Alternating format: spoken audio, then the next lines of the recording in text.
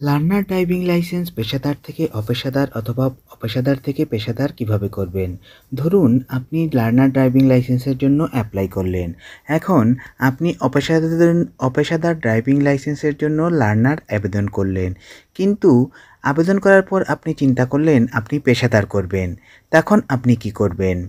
কারণ আপনি তো অলরেডি অপেশাদার করে ফেলেছেন।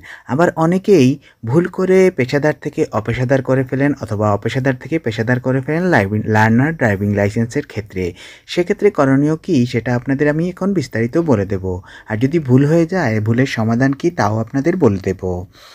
মূল কথা হচ্ছে আপনি যদি লার্নারে পেশাদারের জায়গায় অপেশাদার লার্নার ড্রাইভিং লাইসেন্সের জন্য আবেদন করে ফেলেন তার কোনো সমাধান নাই অথবা তার কোনো সমাধান নাই। কারণ এটি আবেদন আপনি একবারই করতে পারবেন অথবা আপনার এটি কারেকশন করার কোনো পথ নেই।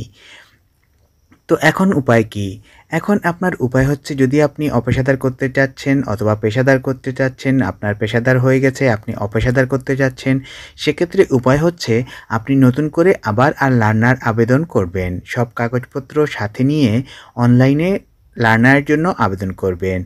তখন আপনার যদি অপেশাদারের জন্য করতে চান আপনি অপেশাদারের জন্য আবার নতুন করে আবেদন করবেন।